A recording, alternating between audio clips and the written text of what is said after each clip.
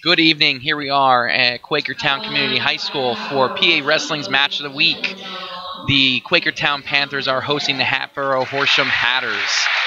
Joined with me tonight is Glenn Kaiser, kind of wearing two hats tonight, and we have special guest, Superintendent of Schools here at Quakertown Community School District, Dr. Bill Harner.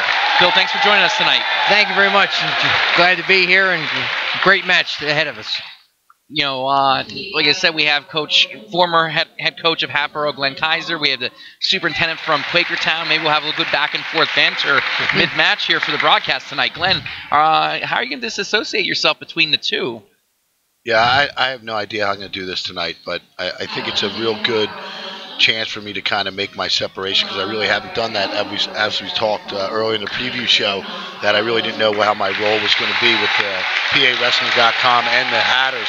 But certainly tonight, this match is really the key match in the Suburban One League American Conference. I mean, obviously, the two top teams here in Quakertown and Hatboro Horsham. Hatboro Horsham has a big 3-week stretch here. We have Wissahickon and PW down the road. But I really think this is the match.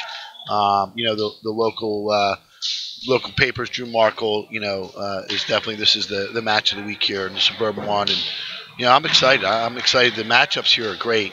Yeah. You know, it's very similar to the Penn Ridge Quakertown match, where there's going to be a string of runs for Quakertown down low, leading up to middleweights, and then the Hatters should have a nice run of their own. So it's going to be a back and forth match.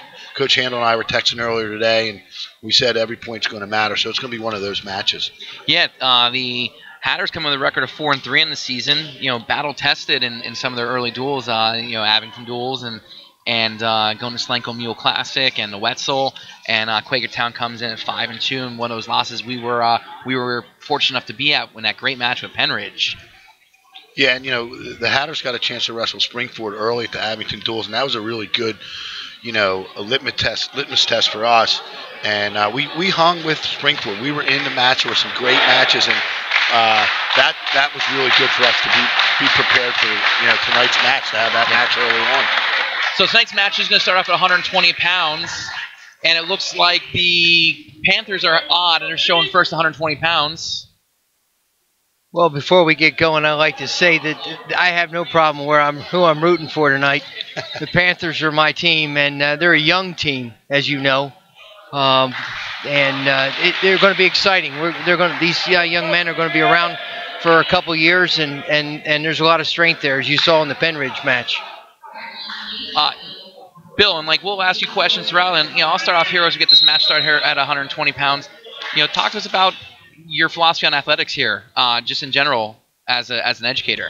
Well, here in Quakertown, we believe in the 3 A's: academics, arts, and athletics. And the board has been very supportive of that concept, and they've invested a lot in sports over the last couple of years and building our program up. It's refreshing to hear administration and board on the same page with all three of those things. Sometimes the other two, arts and athletics, are maybe not equal shares to the pie. Well, what you'll learn from most of the administrators is that you find that when the athletes are in season, they got better grades, and our students who are in sports versus not in sports, they had a half a grade higher in the classroom when they're in season. So here we're at 120 pounds. We do have Jeff Emmel from the Quakertown Panthers. He is a freshman. No, Emmel's from Hatboro Horsham. Sorry, my fault. And here we are messing up again. We we have all the information we need, and we were where we were without information at the Henderson match last week, and I have it right in front of me, and I messed up. So Emmel, freshman from Hatboro, 2-10 on this season. And we have Vincent Desperito, sophomore, who is 1-0, and there he goes, gets a turn. He's got Emmel on his back. He's going to get 2-2. Coming right back with that cross-face cradle, looking for it. We know we're going to see a lot of cradles from the Panthers tonight. Yep. I like how he's got boat loaded up behind the leg there, trying to bring it to, but Emmel looking to come across. A little headlock. He's got to step through, get that hit to the mat. Nice to see we have two refs here. You know, we have Kurt Weinberg, our lead official, and he's assisted by Mike Holloway. Mike Holloway did the JVs, did a nice job, stuck around to be the assistant official. And it's nice when we have the extra set of eyes. Yeah, we just talked about this on Sunday at the officials meeting for the postseason, that if we can do this every match, that's what we want to do. And it just makes sense. You cut down on a lot of issues, and there's nice. out to the Bar's side. tight. Yep. He's got Emil in trouble, but saved by the buzzer.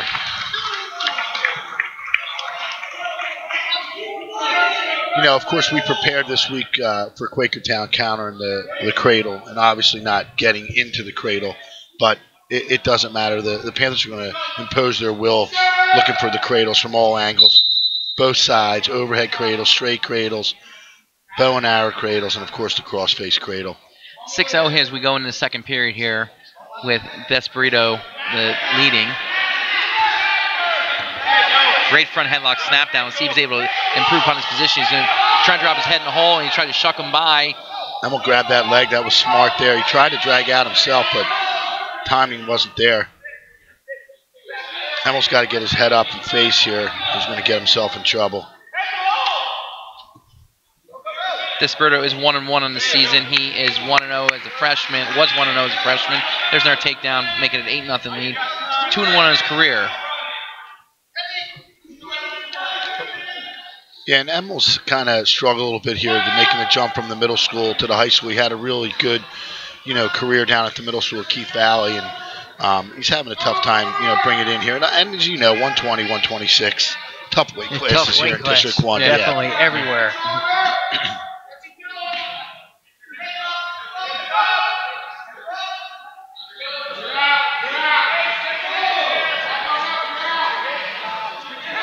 Great three-quarter Nelson there. He's got a lot of leverage, a lot of torque there, and he's getting some. He got ace swipe. He's coming Went again right now. back to it.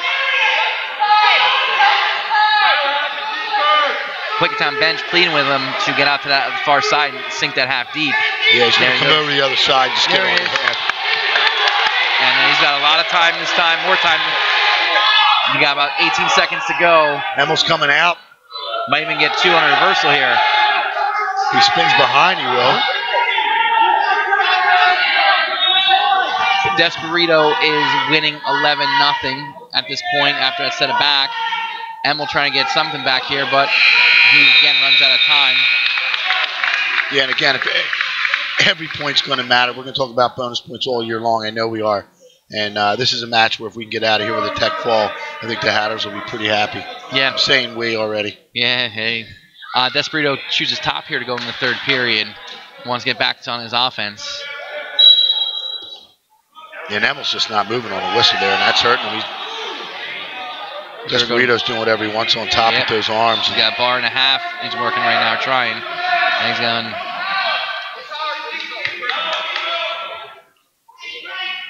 Emil's just he's looking away and down the wrong way. Putting himself there. Now he's got his head up. Desperito really pounding the head, keeping him down. Now he's got him broken down again looking for a double bar here. This could be trouble too. Little loose on these bars. Stalling warning called against Emil by Kurt Weinberger, our head official here.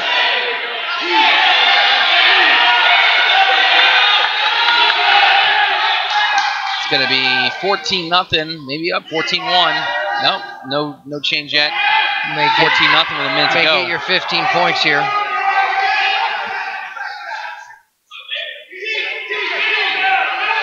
Under a minute here in the match, and Emil's job right now is just to survive here and get out of here with a tech ball.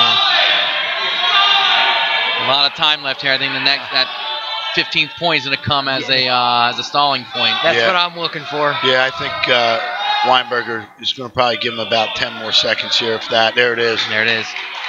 And that's how we'll end. 15-0 tech ball and a 5-0 lead for the Panthers to start things off here.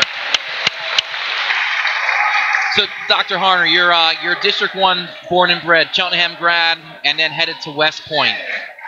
And then, again, I'll stop before I go any further, and thank you for your service to our country. Well, thank you. I enjoyed it. It was a privilege. And, let's, touch on that a little bit. Tell us about, your experience there and how it shaped your, I guess, Well, your I'm a career. product of Suburban One Sports and in gymnastics. And I went to the state championships back in 1974, and that helped launch me. And athletics and my coaches here and public school coaches changed my life.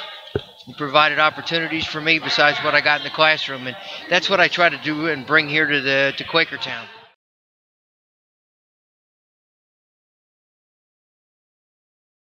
Coming out here at 138 pounds, and the freshman from Quakertown. Is this Dominic DeFalco? Yep, we saw him at Penn Ridge, and he's an impressive freshman here, wrestling a junior in AJ Vegas for the Hatters.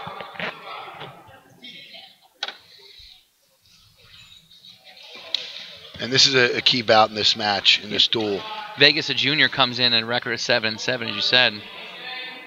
Pretty slap-together guy, Glenn. Is he on your weight training program?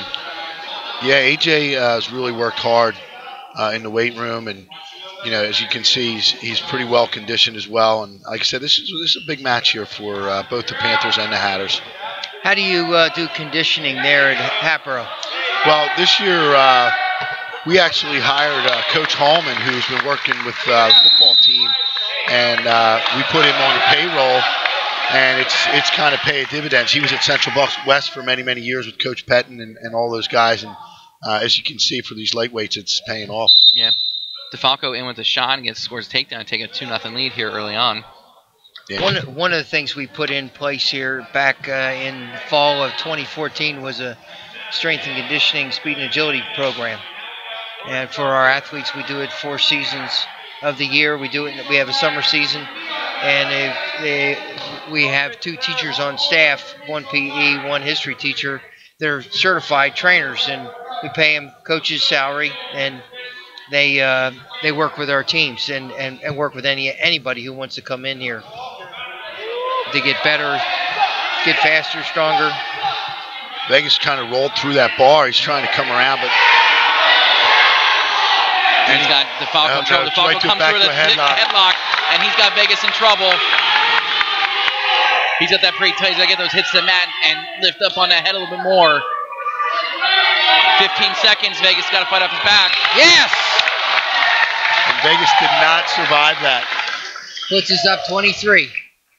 23-0 now the score here in favor of the home team, the Panthers. But like Glenn talked about in the beginning at the top of the broadcast, it's going to be a match of runs. And right now, in my opinion, it's got to be. We have to stop the bleeding here. Hatboro's got to find a way to stop the hemorrhaging. Yeah, this is the match here with the freshman on the senior. This is Patrick McCoy. Yep, McCoy and Brad Mallon for the Hatters. McCoy comes in as a freshman record 10-5, and Brad Mallon, a senior, 11-7. Old guard versus the new. Let's see how this goes. Yeah, this will be an interesting one. Mallon's a big-time cradler himself, long and lanky, going against a freshman who, as we saw against Penn Ridge, is just nonstop, busy all the time. Nice reshot sequence there. Mallon, senior, 5th at Solanco, 4th at the Wetzel, coming off a season in which he was a district medalist, 24-11 as a junior, 53-45 for his career. And we have upstart Patrick McCoy. And oh, nice drag. That's the second drag we've seen on film. He's 10-5 for his career and for the season. Yeah, and he's having a great freshman year. I mean, again, we talked about 120, breaking in as 138, 145 pounder freshman. Again, the level of difficulty obviously increases. McCoy's got a great motor too. Like, he's always first back to the circle. Like, I like to see that out of the kids. You're sending the message that you're there and you're not going away for the whole 6 minutes or beyond if need be. Elbow pass attempt there by McCoy. And very busy on his feet, and he's excellent on his feet. I mean, and we know they're good on top, Quakertown, but that strength on his feet is going to carry him, in his next 3 years after this season. Mallon's kind of a slow starter on his feet, prefers to wrestle on the mat, so we'll see if Quakertown got any scouting information on Mallon. Yeah. Head inside single by McCoy. And here's the intrigue of this. So we look at the weight sheet today, and we got McCoy hit the scale of 135.2, and Mallon was on the scale of 145.5. So there's a 10-pound difference there. Plus about a foot in height. Yeah, and Mallon really is coming down from 52, where he wrestled a lot this season. Yeah, Mallon definitely has the physical advantage with his length, and certainly the 10 pounds is going to help in this match as well. McCoy's not going to be able to kind of just have his way with him. And like I said, once we get on the mat, I think it'll be where we see Mallon excel a little bit. And again, Mallon getting out of here 0-0 in the first period is really good for him. He struggles a little bit on his feet. Coached a couple of those guys before. Yeah, you just hold your breath for that. Yeah, but this year, we told him he needs to find a shot, and he has. I mean, it's indicative of his wins this year, 11 wins, and placing in both the individual tournaments we've had this year. Back to the strength and conditioning thing, you talked about that summer piece, and, this is the first year we hired a strength and conditioning coach for wrestling, and we want to see what happens in the summer. I mean, that's going to really, kind of tell us where we are with our weight program. Well, a lot of movement we had a couple assistant coaching positions that were left unfilled, so found that out my first couple months here in the district, and we used those positions to pay for that, and it's really it's taken time to change the culture to have the kids to think off season. Mal's looking for his own cradle here. He's looking for that double trouble now. Great movement by McCoy to avoid this cradle, and Mallon really had locked up. He had two separate times. Mallon's still in control here. McCoy is just relentless in his attack after Mallon, and he's going to get his. I might have had an escape there, but Kurt Weinberg is a seasoned official. Yeah, I trust him that he saw it differently. Yeah, Mallon had those arms kind of crossed, and I think that's why he let him be in control there to finish that out of bounds. But again, you're right. McCoy going to a little switch attempt now from the stand-up before, and Mallon's really got to fight this switch. Yeah, Mallon can't stop that first move, which is not he can't get to his stuff then. McCoy is just he's got to scoot a little bit more in that switch, and Mallon's got to just keep driving those hips to the mat. Now see if it comes over the top again. He almost had it locked again. Yeah, Brad's really forcing that cradle without breaking him down. 25 to go here. Mallon will probably get a restart, try and get himself off bottom. His choice in the third, so.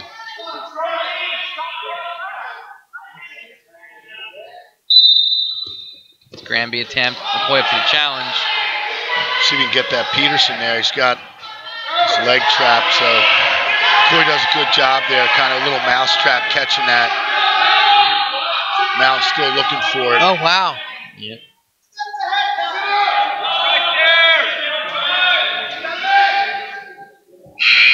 Tell you what, this McCoy kid does not wrestle like a freshman.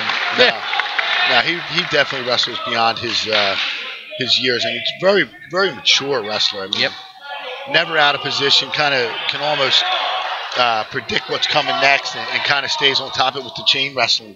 Yep. And he's won the flurry. He won that flurry with the switch and scored the two. If he had the choice to go on the bottom, why didn't he take it? Mallon did choose to go down. Yeah, Mallon went down. The Hatboro wrestler did.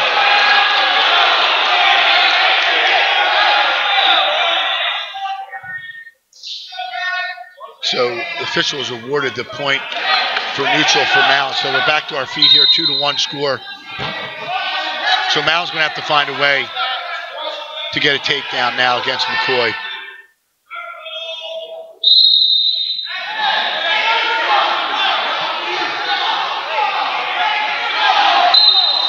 Here's what I'm. Oh, that's another pretty good shot attempt by Mallon. Just missed on the leg. He's got good penetration. Yep. He's coming out. Attempt by McCoy. Yeah, McCoy did a nice job funking through that. Yeah. Now he's getting some height of his own, and Mallon's in a bit of trouble here unless he can get his hips up. Once McCoy pops that head, though, it's going to be two. If he pops his head, Mallon's really stuffing it good now. Let's see if Kurt Weinberg is going to call a stalemate here. Great Mallon job. can come up and put that leg in, step over that leg. Yeah, that's going to be 2 for Mallon. There it is. Nothing? No. Nothing yet by Kurt Weinberg. He's going to call stalemate. Yes. Again, I don't. That's a tough one. That's a tough one on that part. Dr. Harner here, he's excited by that one. So we're under a minute here, and again, Mallon's going to have to find a way to get a takedown on McCoy. Again, good shot. Good head deep. inside double. He's got it there. Ooh, right to his back. He's getting backs. Big trouble for McCoy here. Mallon just needs to stay right there. Really good job catching him there on his back after that double. Yeah. There's 3 awarded, so that could be enough here for Mallon to just kind of hang on. McCoy fell there or what, but it's uncharacteristic of him, the match he's wrestled up to this point. Yeah, I think he just got caught there, and Mallon climbed his back a little bit, and with his leverage, he's kind of stuck there. And his leverage is everything here.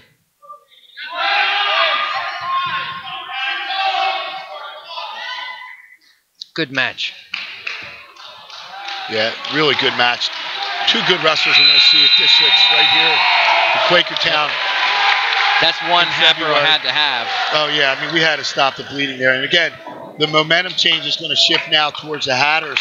We should go on a little bit of a run here, and then Vantage comes back around in those last 2 weights again with Quakertown. So this is going to come down to the last two matches for sure. Is this Davis Wheeler coming out here for the Hatters?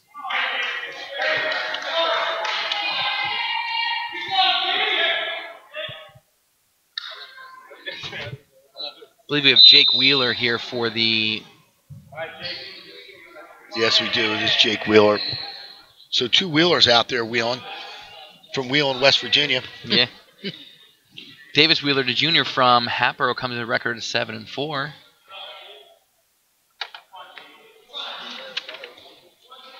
He was 5th at Solanco, 23-10 as a sophomore, 45-28 for his career.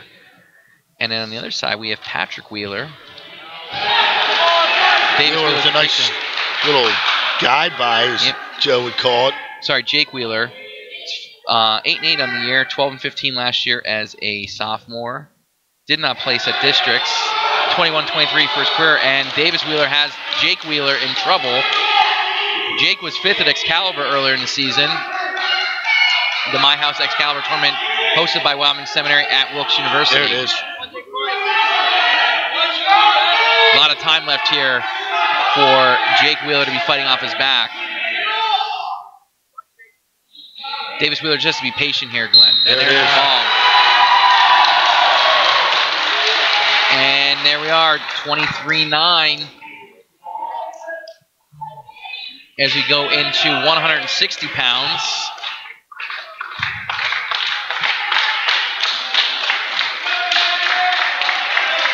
Looks like Patrick Chapman for the Hatters, Glenn. That's correct, and I believe this is Kyle Goodwin coming.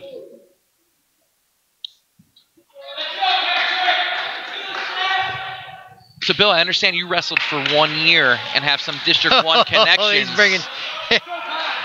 No, I did my homework. Okay. You know, Kurt told you about it. Kurt made it easy. Oh, great job by Chapman. Feet to back trip.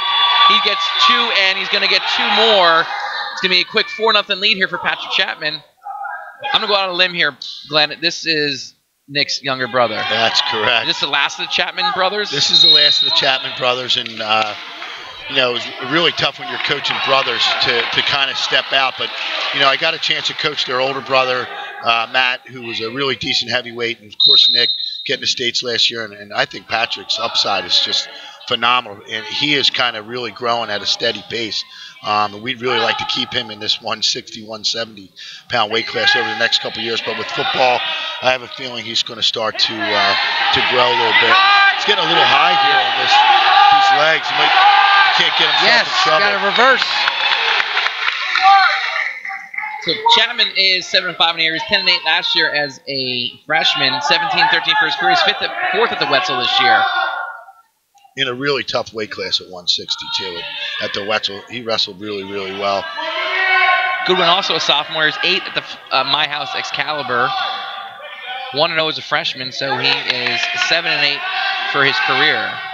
He's digging the leg in deep here, too. Yep. He's got it reap real nice back around. Chapman needs to kind of get his base here a little bit, get his hands and start fighting. Yeah, he's got to start building. Yeah, he's got no hand control, and I wouldn't be surprised if Weinberger looks for, stalling call right here. Again, with 30 seconds left, Chapman hasn't really done anything to get a base. Yeah, but Goodwin hasn't really been trying a whole lot either. He's riding parallel as well. 20 seconds go here in the opening period. 4-2 lead for Chapman on that. Beautiful. He's got the body scissor now. He's squeezing. It's going to not be that comfortable for Chapman. Now he's going power half. He's got it stretched out. Yeah, stretched out's an understatement. Yeah. We got Chapman in trouble. Yeah, and he's worked that shoulder good. And Chapman kind of wanted an injury time there. Looked like he tapped out. Yeah, he wanted to get some injury time there. Thought I saw the whirly bird.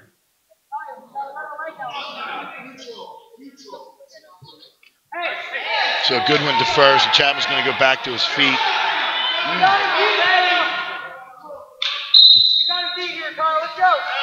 Right back to those underhooks and tries to go for a throw attempt. Now Goodwin's got Chapman on his back, and he got some swipes, but they're off the mat. Yeah, but it doesn't matter out there now. Now they're out. You got 3. So Chapman makes a mistake there, tries to force that throw, gets caught on his own back out of bounds, and that's a 5-point swing Goodwin's way. He's leading 7-4 now. So Chapman's going to have to get busy on the bottom here with Goodwin with the legs coming in.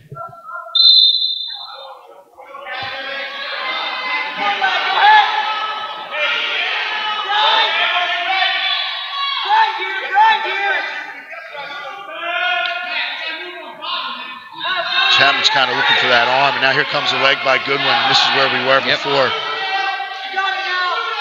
I see Goodwin taking top in the third period if it continues this way.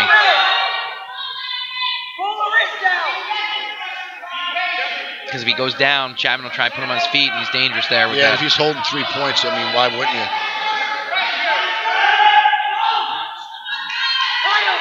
Chapman's got more of a base this period. Let's see if he's able to get him over. The Goodwin's really digging out to the side with this cross body. I mean, he's got those scissors, like you said, just really squeezing. Chapman's got a base, so that's probably good for him.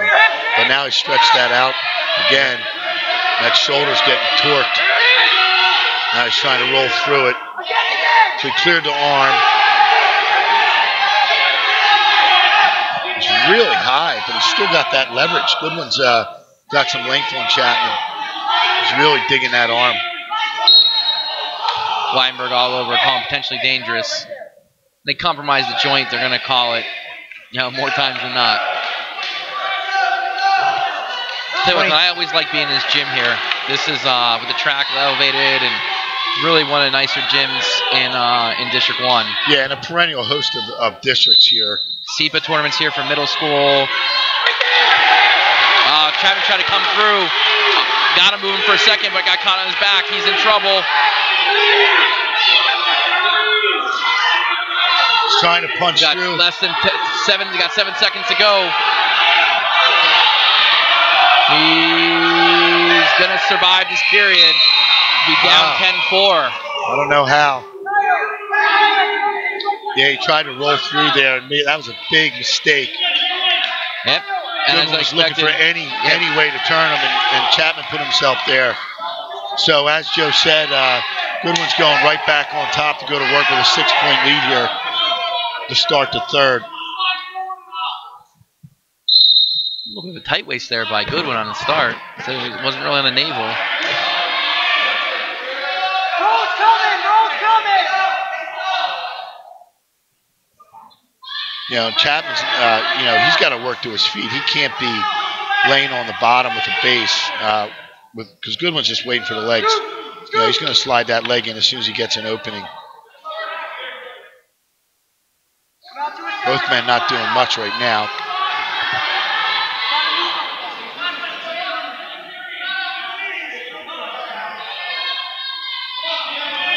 Chapman's got his. Here comes the leg. So Goodwin puts that leg, far leg, stuffs it in, and this could be trouble again for Chapman. And again, bonus points are out there for Goodwin if you can get a turn here. And for the Hatters, it's key that this is a match they probably thought they were going to win, and now they're fighting off bonus points for the Panthers. Yeah.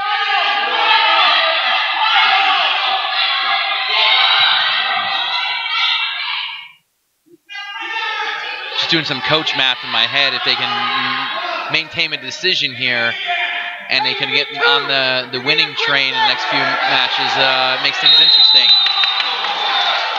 Yeah, we had it that way up top where we thought maybe we could get 5 falls from 145 up to 285 and try and get a couple wins somewhere else.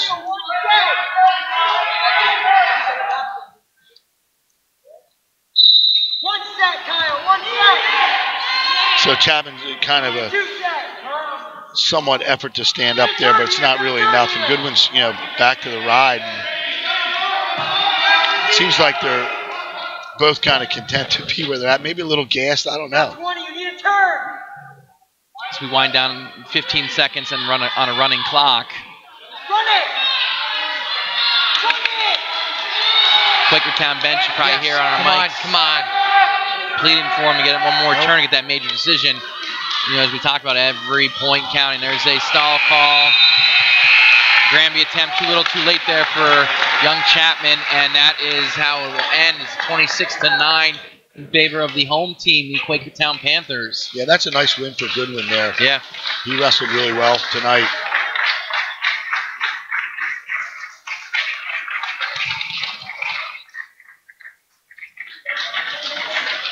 Going to 170 pounds. We have Austin Jaffe here for the Hatters. He's a senior. He's 0-2 on the season. Yeah, he suffered an injury, Solanco, in his first match, and has been out with an ankle. This is his first match back since the start of the season, so we're hoping he can get cooking here against Kunkel from Quakertown. Micah Kunkel is a freshman. It's a big freshman right there, Glenn and Did Bill. you notice how many underclassmen you've called out? Yeah. Have you called any seniors yet? No. I don't think you have any seniors. No, do you, this year? you do have one listed, but not in the lineup. Didn't wrestle. And Micah Kunkel is 1-8 on the season. Jaffe with the dump attempt pops out now. Now he's in the front head. Let's see if he's able to score from here. Kunkel relentless coming at him. Jaffe digging hooks in, getting those underhooks in. Yeah, Jaffe walking with still a little bit of a limp. Yeah, it's still bothering him. But, I mean, we told him he's got to get in here and see where we're at with this because, we're going to get into the heart of the Doom League season. Nice little toss here to a chin whip. Stepping over. This could be trouble for Kunkel. Oh, wow. There's some power and a reversal. 2-2. And no a back. reversal. Okay, yeah, he did give the back, so we got 4-2. Reversal, not one. Jaffe's we talked about a senior coming off the season, which he was at district qualifiers 23-12. He's 34-43 for his career on the restart here. Jaffe on bottom and again, gets his feet and gets whistle out. there, and both wrestlers kind of froze and had a double start there. I mean, and Weinberger let that go. I mean, that was just the kids. Jaffe to his feet. Kunkel driving the ankle. Jaffe back to his feet and out of bounds. 45 seconds to go here in this opening period. So it's one thing, it's been some exciting matches so far. Yeah, I mean, we had a lot of quick matches there early in the match, but I think we're seeing some good wrestling here now. Jaffe, nice shot there to stand up, back pressure in. Yeah, good return by Kunkel. Up to the task. Nice Arlo kind of. Trying that little Kelly, we call it. So he's coming out with it too. He's swimming that leg. Stepping over that back leg. He's got to get pop his head out. Not 23 sure where his seconds head is. to go. His head's under there. He's got to head hunt a little bit maybe. Step up to the head and come out here. 15 Kunkel seconds. got locked underneath under the chin, it looks like. So. Yeah, he's under that arm. Does he have the arm? Jaffe sat him up for 2. 6-2 to lead here with 2 seconds to go in the period. Jaffe way to hang with it. conditioning is going to be a factor for Jaffe here as we get later in the match. So I'm sure he's looking to get some big points here early. Bill, how long have you been superintendent of schools here at Quakertown? This month is my 4th year. And completing my 4th year. And where'd you come from before coming to Quakertown? I was Cumberland Valley. Oh, it's right. Yeah, I was there for about 5 years. Awesome. Yeah, they're not too good at wrestling, Cumberland Valley. Who are those guys? Had a lot of fun. Jaffe throws a leg in of his own here. Yep.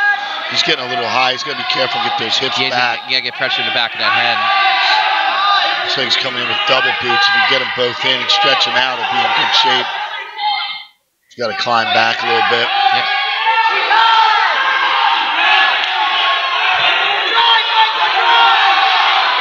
Doing a good job of beating him with the hips a little bit. Kunkel just keeps coming. Great reversal. Not good. Jaffe hold on to the head. He's getting in trouble. He gets a reversal of his own. Oh, Kunkel's in big trouble here. He's at that arm trapped, and he's between the legs. At the leg split, he can't get that hip back down to the mat.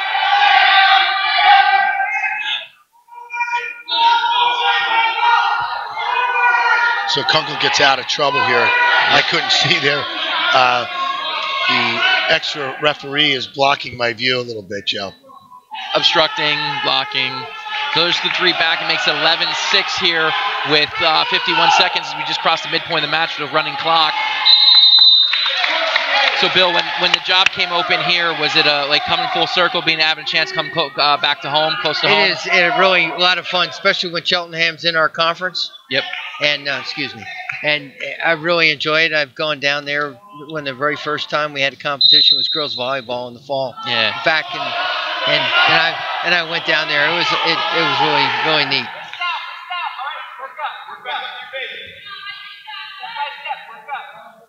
Jaffe chopped that arm at the whistle and broke Kunkel down. Now he's working a half with the 1-on-1, but he's on the wrong side. And Jaffe's just put himself in some bad positions here, real awkward. It's a little bit probably the rust of not having wrestled competitively in a few weeks. You say you got hurt at Slanko. That was opening weekends.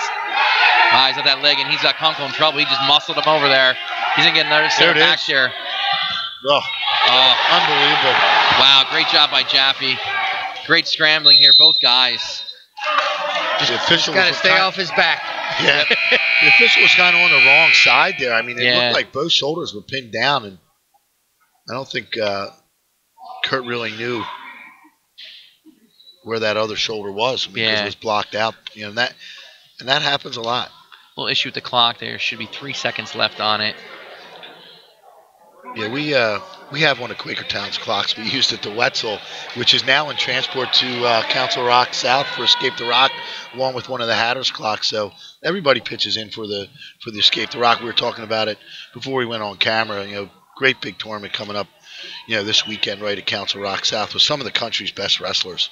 Yeah, we were trying to talk, and we'll you talk about just tournaments in the general area.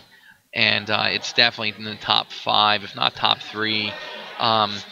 Just the amount of talent that's there. We have to restart here with 3 seconds to go. I guess that clock, they stopped the clock. I mean, they for some reason the clock's not running. And, you're talking about everyone pitching in. It is really, the wrestling community can't say enough about. It is a tight knit, and everyone does help out. You need a mat, you need to borrow this, you need to borrow that. You can call one of your fellow coaches, and someone's gonna step up and help you out. Yeah, and Quakertown's got a slew of clocks. Their Quakertown area, midget program is phenomenal. Coach Paul Edwards up here has been involved with that program for a long, long time, and they're always hosting the big tournaments up here in Quakertown. So the bar 1 clock for Quakertown's not a big deal. Yep. Right, Doc? I see Paul Edwards everywhere. 15-6 here in the third period with 1:52 left in the match. I think my best story on Paul Edwards is showing up on Halloween. We're playing CB West in football, and he shows up in an official's outfit and with glasses like he's blind. and a cane. Kunkel in on a shot here. Great Jaffe three-quarter started off Nelson. really good. I might be looking for a pancake coming up here. There it is. It's Jaffe's little signature move, and he's got to stay heavy on top now and finish here. Well, Kunkel's so strong. Really out front that's now. the problem. There it is. Yep. So Jaffe just got busy there for 10-second spurt and got it done. Yep. 26-15. Hatters clawing away at that lead that Quakertown built. We go into 182 pounds. Hatters are sending out Matt Needleman. Needleman's a senior for the Hatters, transfer from LaSalle, returning home. And he's a two-time regional qualifier from District 12. And not a lot of people have seen Matt wrestle, and he's a real go-getter, constant movement, and brings a lot of experience to the Hatboro Horsham wrestling team. And we're glad to have him back. And the Panthers are going to counter here with Russell, and this is going to be a good match. Yeah, Needleman, you said senior 13-5 on the year so far. He's 6th at Solanco, 3rd at the Wetzel. 51-50 for his career. Like you said, regional qualifier, two-time regional qualifier. And they're countering with Max Russell, are the Panthers. And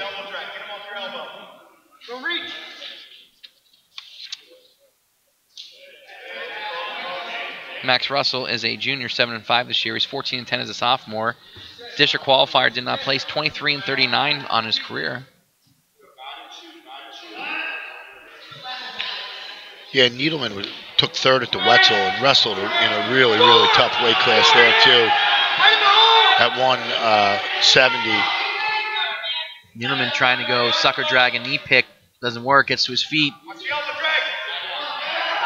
Russell trying to get head in the hole on the front headlock, not working though. Yeah, Needleman dragged out of that a little bit too. That was nice. He did a good job. These guys are very similar body types. I mean, this is going to be real nip and tuck here. And Needleman's going to really have to open up to score some points on Russell. Really working that Russian well. I hope he can get a good setup off of that and get a leg attack. Shoots from way outside. Yep, belly got flat on his belly, but he's still in the fight here. He's got a head inside, no leg. He reached out, stops him again. Stops again, tries a little arm spin. He comes out. Let's see if he's able to get it now. Russell's in on the shot. He's got him up in the air. I don't know if he has that arm trapped on the other side. Yeah, he does. See if he can get a stalemate here. Under 30 to go, and they're pretty Russell's stuck. got to push that. There you go. He's just getting handed that knee. He's got to push that off and pop the head up and over. Yeah, both guys did a nice job there, countering.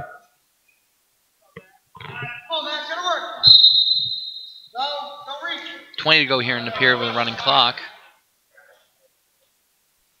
Movement, move your feet. And Needleman's been the offensive wrestler here, and Russell's really, countered well.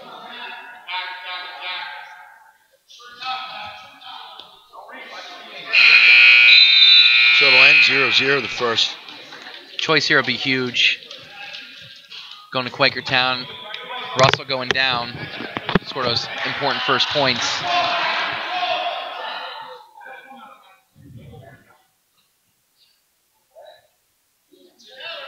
Caution on Needleman there. Try and get that quick start off the whistle. Try and dig that leg in. Russell picks it up, comes up in the air. Got real good height on it and gets a reversal. Going right away, got that crossface, maybe looking crossface curl, but Needleman reaches out. Now he's in the fight. He's got some good height. He's got to get height again. He's going to get good height. He's going to come around. Oh! Needleman did a nice job there.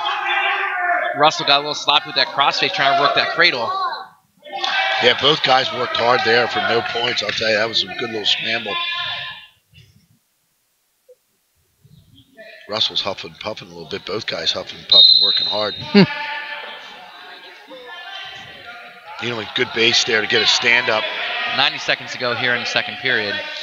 Yeah, Russell's got that little pit leg and stopped that stand-up from Needleman.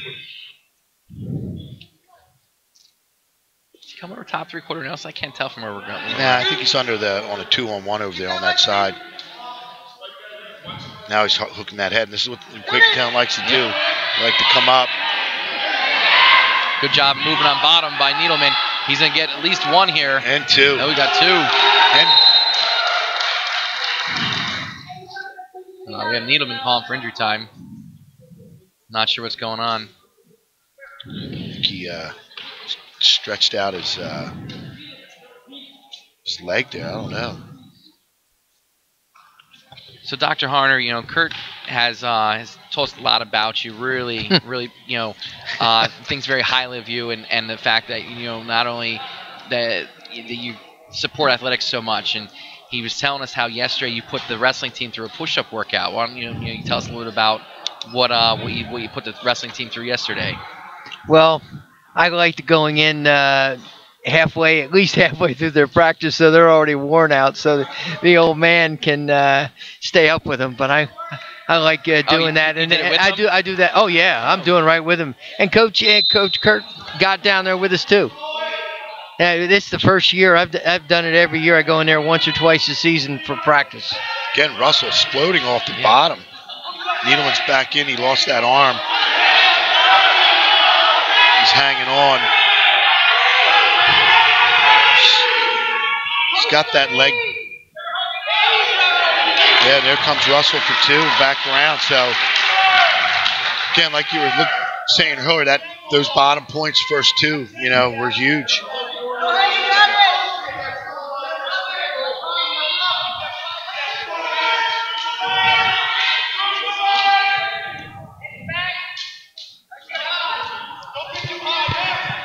Needleman's got to try and move and at least get a point here.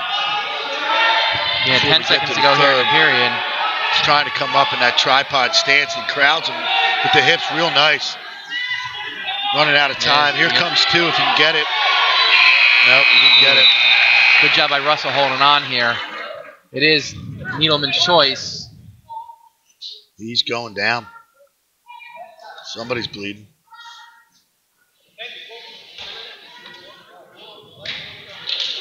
You know, our superintendent, Curtis Griffin, you know, he also is a wrestling guy, and he's popped into our room on occasion over the years, and you know, he really appreciates what we do with our big tournament. We've hosted leagues, and we've hosted a couple district tournaments, and it's great to have the support from the top, you know, on down. And you have a great crowd down there. I was down there for the away match against Hatboro last year. I was right behind the lineup. Oh yeah, sitting at the table here. I talked to the wrestlers before and after they go on the mat. That's awesome. It's a trickle-down effect. You know, that's one of the things. Like you know, in a lot of districts, being a teacher myself, you know, when the superintendent is visible and accessible and does those little things, the kids really appreciate that. You know, it makes them feel that much more vested in the greater good of the district, and it helps that sense of pride too.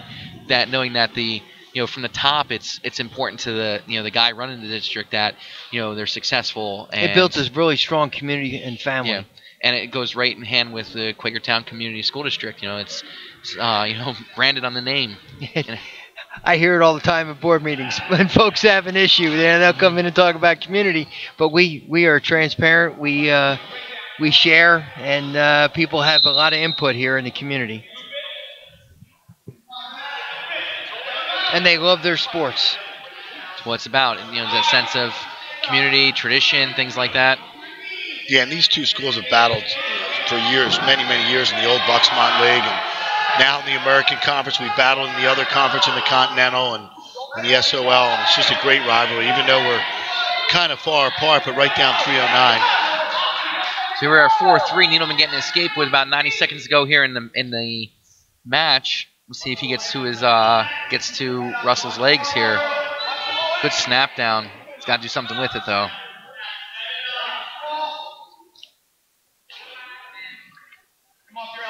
Oh, real nice elbow pass to low single. Almost shot too deep through it. Yeah. Ooh, nope, drug him out of bounds. I don't think he quite had that far leg. Oh, 1 point fleeing the mat ties the match.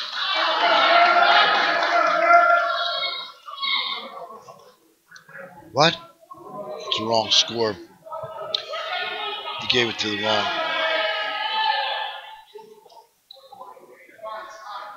Should be 4-4 on the board there. They got it fixed. We are in the Panther Dome, as I call it. So that clock operator sometimes, you know. I'm not going to talk about it. Yeah. What's really cool about talking about family here, the young ladies working at the scores table over there, they're Kurt's 2 daughters. Oh, really? On the left-hand side. They travel with the team. That's awesome. And they take the films, they take the pictures, they tweet out the scores as we go. Because if I'm not able to make it, you know, I'm retweeting the scores because they're taking care of their dad. Great community, great family. So Needleman, you know, is getting charged here with second injury time. So Russell had choice, and now Russell went down. What's the point for? Because he had choice, he let him back up now. Okay. The second injury time, okay, Russell it wasn't got for choice. the injury. So now we're back to on our feet with a minute to go, and you know, any wrestler know this is that drill we have in the room. You know, 1 minute and get that takedown. So here we go. I think they're both tired. Another low single shot attempt. Head inside. And Russell got that far ankle. Needleman's got to improve his headlock. position here. See if he drags out of it. Now Needleman, great job dropping down, but went to his belly. See if he tries a funk roll out of this. He's coming out the back door. He's got to get height right now. He's got Russell in trouble. You got to keep those hips in the mat. He comes around. There's 2. Great job of keeping his feet moving, Glenn. Yep, real good job. I mean, I thought he was going to stop there, and right at the last second when Russell looked like he was going to try and funk out there, Needleman took care of business. Needleman's got his headgear off. He's got to watch. He's going to get hit with stalling, or they put him on injury time again and give Russell a choice. A little gamesmanship here, Glenn. He's a veteran. Yep. Now it's a second caution on Needleman, too. Yep, one more. That's a point, and they'll tie the match.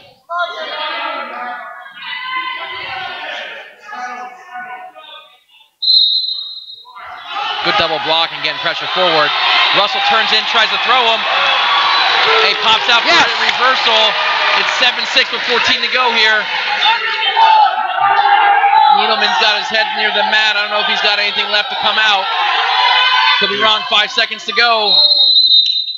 3 to go.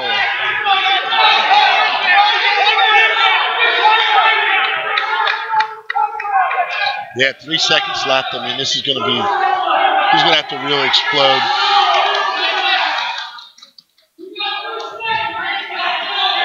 I got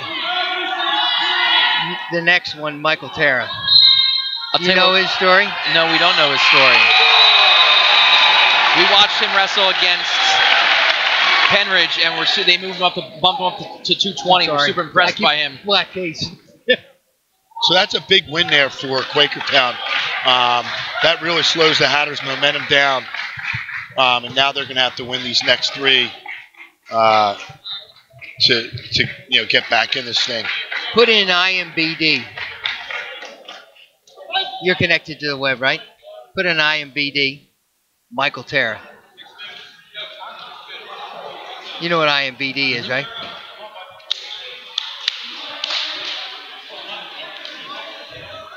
So we have C.J. Greer here coming out for the Hatters against Tiara.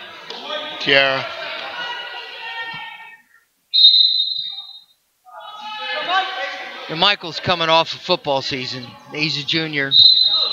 Michael has not wrestled in 5 years, and he comes out as a junior because he's in Kurt's class, and Kurt says, "Hey, I need somebody. Would you want to wrestle?" Yeah, Glenn and I did a match with him.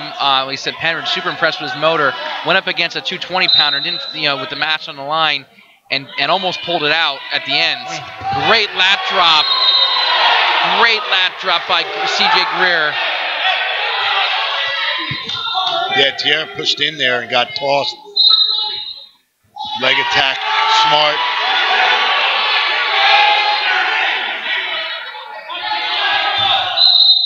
So we have Michael Terra here on IMDb, and we see, and so it goes in 2014. Hello, he starred with Michael Douglas in a movie. Yeah, look at that. Resident actor here. Michael who's on injury time. Michael here. Douglas and Diane Keaton. Yeah, Diane Keaton. Hello, my name is Doris.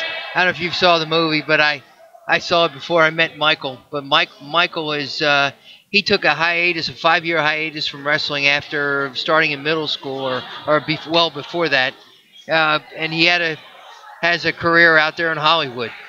That's phenomenal. One of the things about Michael that's very special is that he's a leader. He's got an insatiable desire to excel and to motivate his teammates. And I watched him this past football season. He started for us. Yeah, he had a great football season. I got to see him play when they played the Hatters. So some fireworks here early between Greer and Tara. Yeah, and the Hatters have moved everybody up here now, as you can see, with Needleman going to 82 and Greer going to – oh, he forced that one. Yep. No need to do that. And Greer coming up here to 95, so they're giving up a little weight.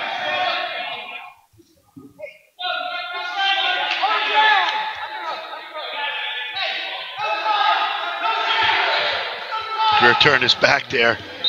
Can't do that. 56 seconds left in a scoreless match. It's had a lot of some fireworks so far.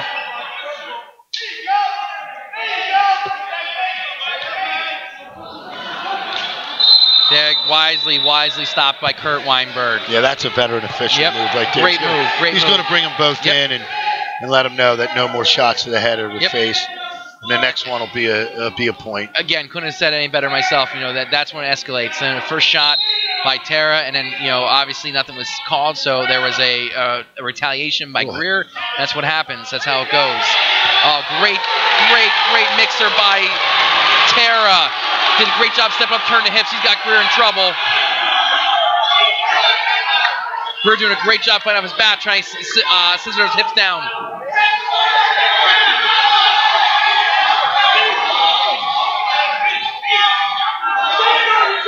A fall here would almost ice it for the Panthers. There's the 3 back up, and Greer gets off his back, fights off, and it is 5-0. But I'll tell you what I saw to Greer early on, he's not out of a match. He's got a puncher's chance. The way he was able to launch him earlier. He's got to get back to his feet. Great switch attempt, and nothing as we end the first period. 5-0 in favor of Michael Tara.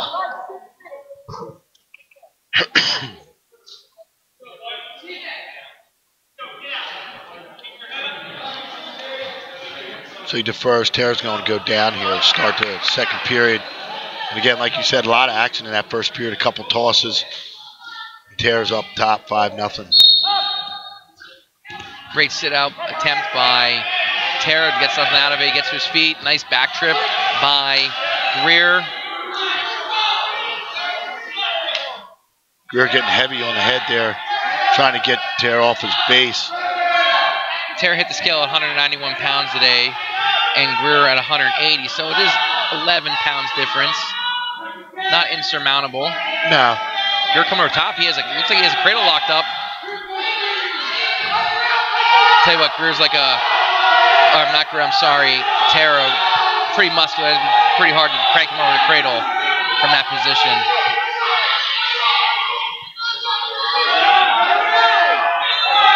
He's going for it again. Tara's just kind of sitting there, and he reached back, and now we'll see if Greer was able to throw a leg in there. Greer's got to sink that left hand deep in that half.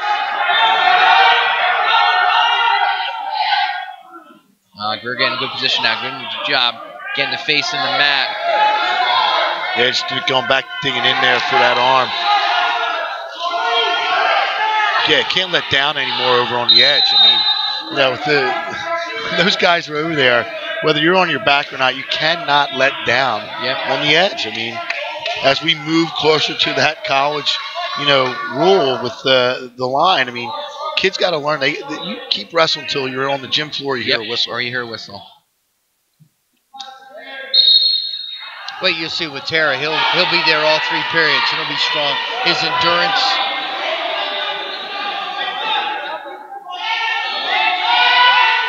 You're trying to get Tara to his feet. Yeah, good stand up there. Right into the front headlock. Let's see if he's able to score from here. should have gone 1 by now. He's the one that's in control. Yeah, there it is. So 22 seconds left here.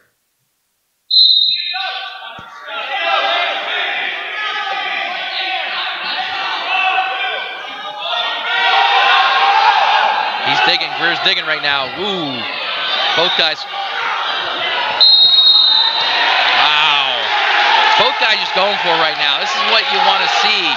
A lot of heart. A lot of guys just going for everything here. Going for broke. 6-0 lead here for Tara with as we end the period here. There's no doubt there's any question of his heart. Yeah. Greer's going to go neutral. He thought about going down.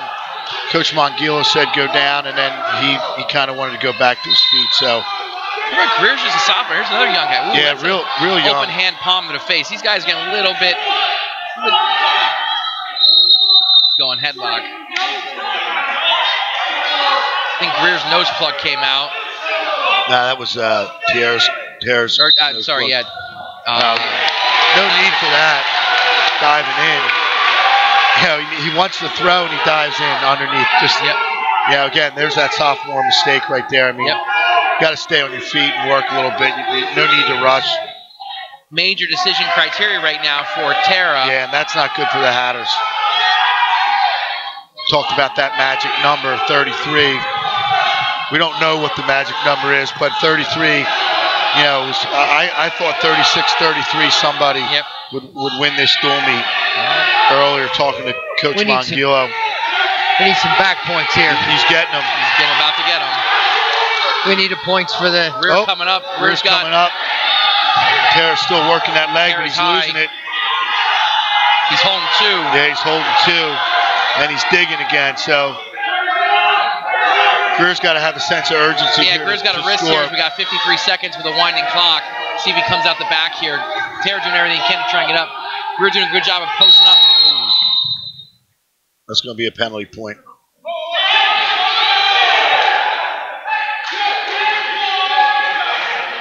We have a potential bite. Is that what he's showing him? I don't know.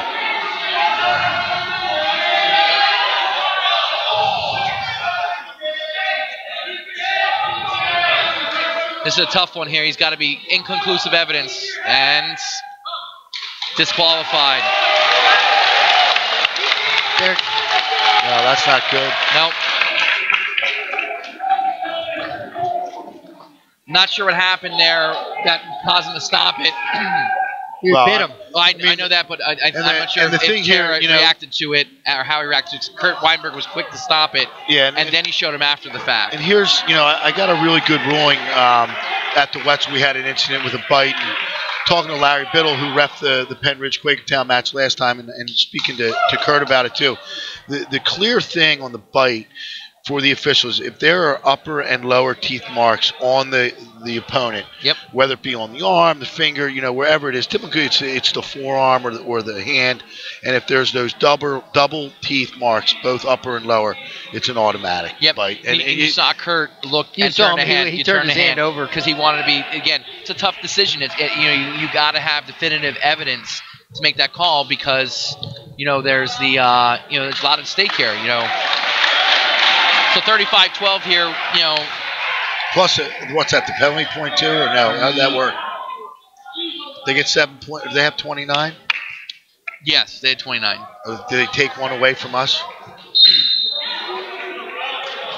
Do they take one away from us? No, I don't think so. No. I think they will? Yeah. They will, right? All right. So this is Logan Flynn here for the Hatters. Looks like he's wrestling Martin. Is that right? Or yes. McWiggin. Yeah, Martin. Oh, Ralph Martin? Ralph Martin.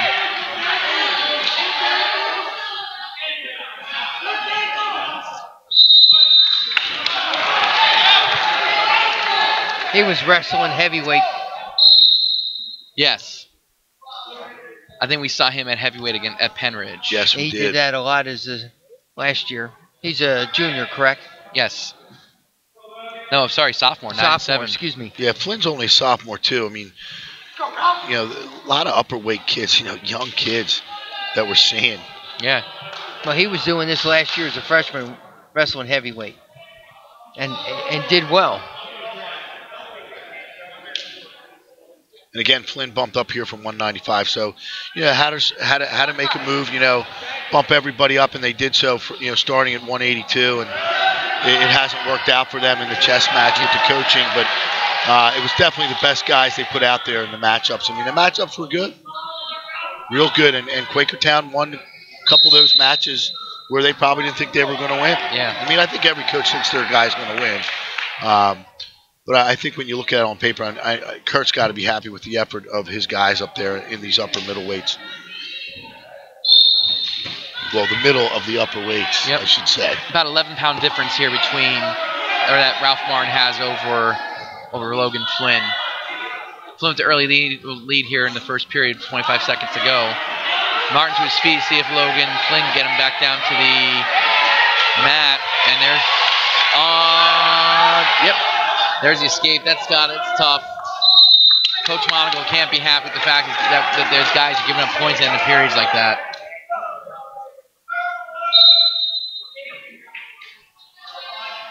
Unless you can come back and get a takedown. A little 2 for 1. Yeah, I mean, the Hatter hopes have pretty much been dashed. Unless, you know, Flynn can get a pin here. Obviously, Chapman, I have a feeling they're going to forfeit to him now. But they may send out. I mean, that's going to be 6 for the Hatter. So, I mean, they really need to kind of pin out these next 3. And you know how that works sometimes. It doesn't always work that way. And then they need to get a miracle pin out 4 in a row. Yeah.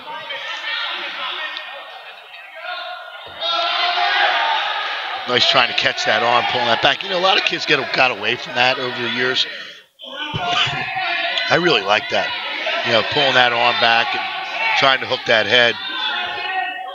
Trying to wing that half there. Yeah, and Martin's weight kind of helping him here right now with that hand. Fighting it off. He's back to his feet. Good work, real good work. Both guys again throwing at the edge. Looks like did you give him one? Yep.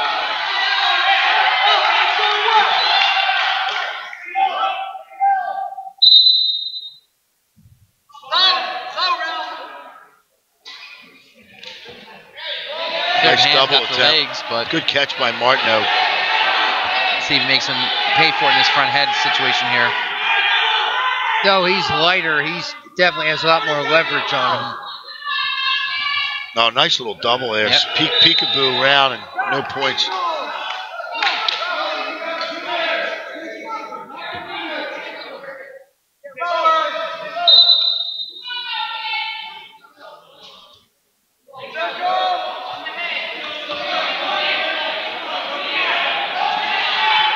Past the midpoint of the match and is 2-2.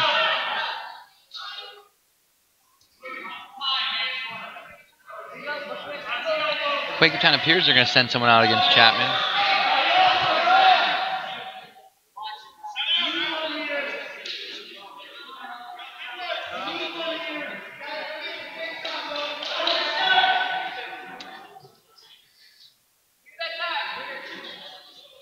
And again, you know, Flynn in a tough position here. You know, he's got to work for 6 for his team, but he's also got to, you know, win the match for himself as well. I mean, the Hatters need a miracle here to win the match. So Logan's got to win the match first, and then if you're able to work for the fall and get the big points, you do that. But put a lot of pressure on young kids to get the fall, and sometimes things don't go well and you lose a close match.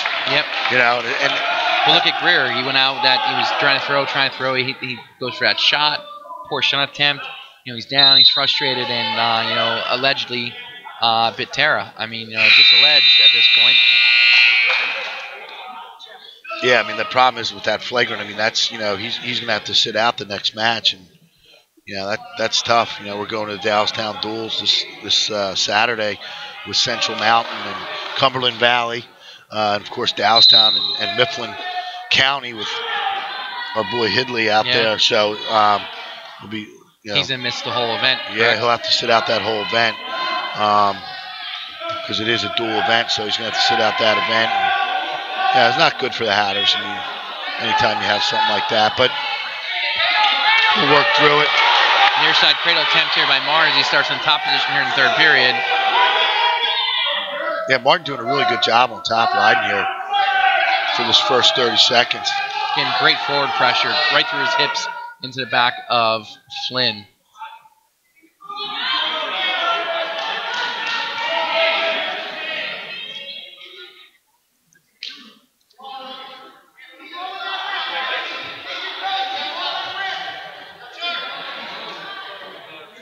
Yeah, both teams have been pretty physical tonight. Yeah. And I like to see that. I mean, you know, it's one thing to give an effort, but to be physical is really good. Because, you know, listen, to get deep into March in the postseason, you have to be physical now. Yep. Because it just keeps going up the level as we move forward in the postseason. And both teams here have embraced it. Maybe a little bit too much for the Hatters last match, but it's good to see. 30 seconds going in a match, and Flynn has a 3-2 lead over Ralph Martin. Martin trying to cut hands and get a shot attempt here. Breaking hands, just not following up with anything. Yeah, he's almost punching. That's there. Nice job there. Great job. You're just baiting him. He's got 2 and 2. Unbelievable. Again, there's that letdown right at the end of the match with like 15 seconds left and 5-point move. There's your winner, Ralph Martin. Makes it 38-12. Yeah, he really punched that elbow to set that up. You know, he did it 3 times. The 4th time, you know, he followed it up. Yeah, he wanted a little bit more. You know, I think Logan thought he was going to ride that 1-point lead out. No way. Glenn, you riding the bus home with Hatboro tonight? Oh, geez, can you take me home? I am riding the bus. It's going to be a rough one.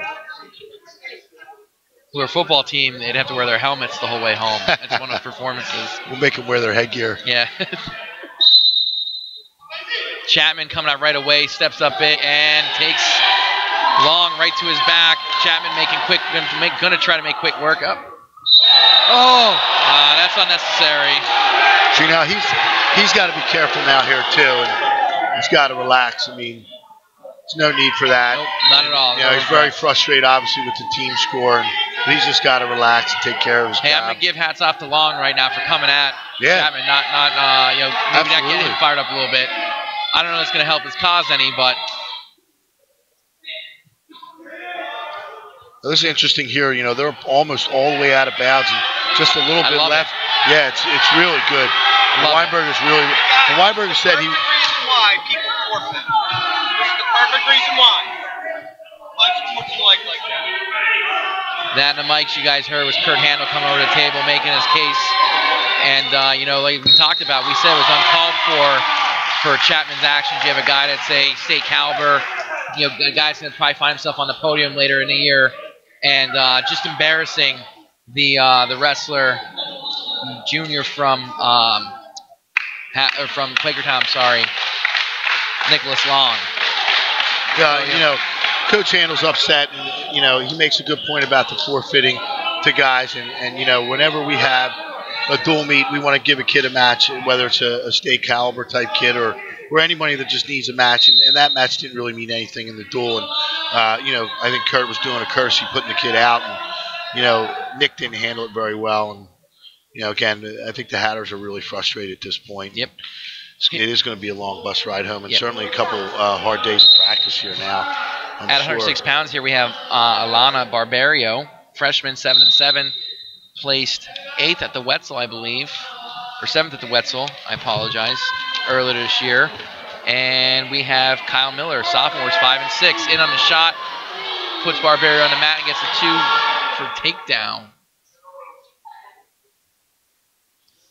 Yeah, and again, you know, Quakertown tonight, like we talked about the physicalness, but, you know, we're in their gym, and obviously they got the momentum early, and they got it back in those, you know, weights where the Hatters needed to get it. And yep. They have just steamrolled, you know, on through all these matches. And, I mean, the team score is you know, going to be – it's going to be a blowout by the Panthers here. Yep. Cope using the half to get Barbario over.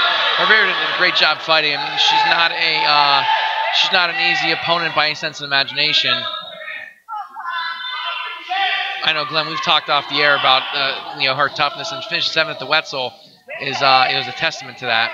Yeah, absolutely, and she got some really nice wins. And this is a tough sport for girls, and especially here, up here in Quakertown in this hostile environment. And she's going to be fighting back the whole time. And again, her record, she's got some wins on her record, which is impressive too. And they're not forfeits. Yeah, you said she was 7-7. Yeah, and last year, she was 3rd at the girls' states after the PIAA tournament. And we're really excited for her, and hopefully, she can get some opportunities. Maybe, get her up to Wyoming Seminary with that all-girls team, and that would be something we've already talked to her about. And hopefully, Joe Stabolito can help us out a little bit with the girls up there and see how that goes. In the first period, 5-0 in favor of Miller. He defers. Barbera is bleeding, so we'll go on blood time for a minute. Before we start the second period. Bill, tell us a little bit about when you took over in 2014, correct? Right. Some of the initiatives that you brought in, and maybe challenges you faced getting them when started. It came to the athletic department in particular, as soon as I got here, I was provided the record of all of our sports, and some of the parents have talked to me about what they were looking for when they saw that I was at their kids' athletic events, and I pulled in all the coaches from all the teams and up there in the district office, coaches and their others, and filled up the room and asked them what they thought, and we started going, from one season to the next and getting them so resources weren't an issue of any kind. And then we built the strength and conditioning program and the speed and agility program. And that culture is taken. To change a culture for anything is about 4 to 7 years. Yeah. At least that's what the smart guys say. And the guys who get paid the big bucks. And the guys who get paid the big bucks out of Harvard. That's where I got that from, John Cotter. And here we're in the just finishing year 4. And last night I went to the the speed and agility training, and we probably had 40 kids there. That's awesome. That's phenomenal. And I think it was his second class of the evening. Wow. Nice. Yeah, when I look at those strength and conditioning things and kind of culture change, 5 years is for me, because when you get a coach in there, they need 4 years with a group of seniors, and that 5th year, that culture needs to have been changed. The strength and program, the conditioning, the strength piece, that's going to obviously develop over time, but I think kids with that culture change, I've seen it. I've had a couple cycles of being 25 years in the business, and 5 years you can see some real good results, in that 5th year. Well, our win-loss average, our students had across all the sports added up, totaled up, and all the conference matches, games, we had less than a 1 in 5 chance of winning. This was in 2014. Not less, not chance.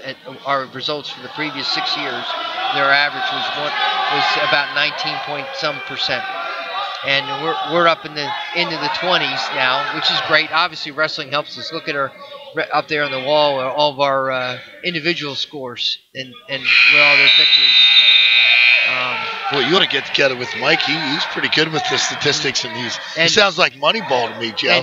And every year, and I got the board to put it as an objective of mine, because state law requires superintendents to have an objective, and objective number 7 was to fix and work with the athletic program. That's awesome. And so I don't know if you came in from the back. The board last spring approved a $3.6 million sports complex in the back. I didn't see it used to be. My first season here was baseball, and they only played 4 days on their own home field. Coaches for decades have hated coming to Quakertown because we would have a washout. Yeah. And they didn't want to play with us. And, are you going to go with all turf out there for the practice fields? Or?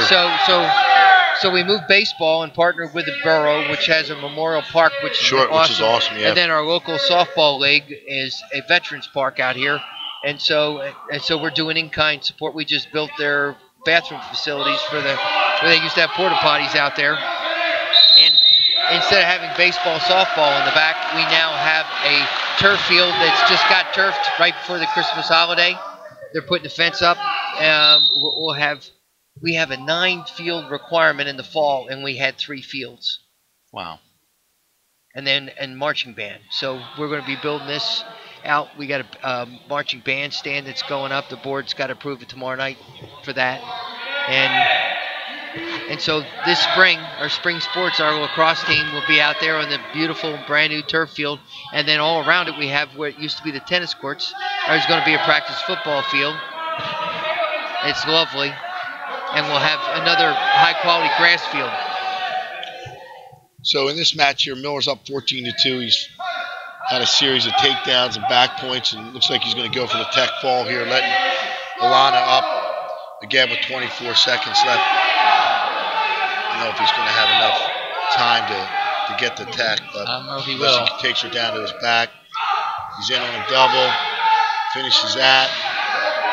He's at the leg split there, see if he can get a turn. She's fighting it off, but she's twisted up pretty good. It's pretty tough. Yep. You know, I respect anyone who steps out on the mat, and you know, you add in not that not to slight her at all, but you know, you're wrestling against boys, and she went there and battled for 6 minutes. You know, that's you know, credit to her. It says a lot about her character. Yeah, she's one tough cookie, and you know, she's really good in the room. And she works hard. Best at her weight class in Hatboro. Yep, she absolutely is, and she works hard. She really works hard in the practice room, and you know, that's the effort you need. I think we have Corey Cope here for the Panthers, and is this? This is Grayson Smith for the Hatters. Grayson Smith for the Hatters.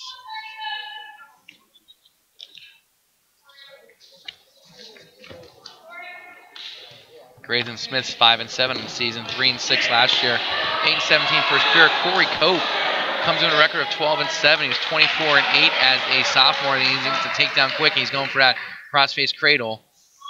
He was 5th at districts. He's 51-35 for his career. He was 8th at Excalibur this season. He was 8th at the Bethlehem Holiday Classic. And there's that cross-face cradle. We haven't seen a lot of it tonight. No, and I think, you know, we really coached against it and prevented it. And, you know, but Cope is just, you know, Cope's a Hatter killer. He really is. I mean, last year, he had a great year last year. And, I expect him to do some good things. I mean, obviously working with Stahl in the room every day doesn't hurt. I mean, it comes from a youth program that is just, I mean, I don't even know how many weight, we were talking about how many 26-pounders Kurt had. He's got a slew of them. Yeah. So that circle in the room's full. Yeah, blessing and a curse. Yeah, oh yeah, exactly. We're talking about it. He's just so physical with this cradle right now with Grayson Smith. Yeah, and I mean, this match, this is just putting the icing on the top for the Panthers. I mean, they clearly are going to win their, you know, back-to-back titles here in the league. I mean, this is just a complete dismantling of the Hatters, you know, who many thought would be a decent, you know, dual meet team and a solid team, you know, we'll see later on in the district duels. But, you know, obviously Quakertown is just getting better every day. And we didn't even get to see Stahl wrestle tonight. You know, we forfeited to him, and he obviously is healthy and back. And there's a fall in a minute 48. That'll do it. 47-18, folks, is your final score. Ouch. Yeah, you know, Doc, good win. For one, thank you. Didn't see it coming. It is great to have you here tonight.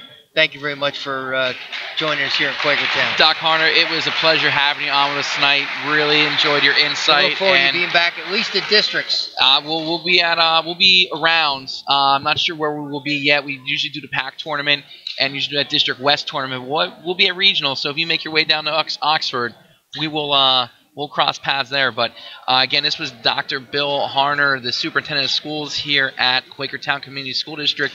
Join us tonight for the broadcast. You know, just talk shop with him. You know, he's done a lot. West Point grad, local boy, been administrator in South Carolina, superintendent in Cumberland Valley School District. Served our country for over 20 years. He's done it all, and really shares his wealth of experience with this district, and just from what he said and what we see every day in results of their athletics, he's got things heading in the right direction as far as that goes. Happy New Year. Yeah, happy New Year too, Bill. Thank you. Appreciate it. Thanks, Doc. Thank you. So on behalf of PAWrestling.com, we thank Bill Harner. This is Joe Youngblood, and Glenn Kaiser. we will be at the Escape the Rock this weekend, doing the finals. So, look for that to be coming up on the website or on the YouTube page probably Monday some point in time. This match, well, by the time if I say when it's going to be up, you'll already know because you're watching it. So don't worry about that.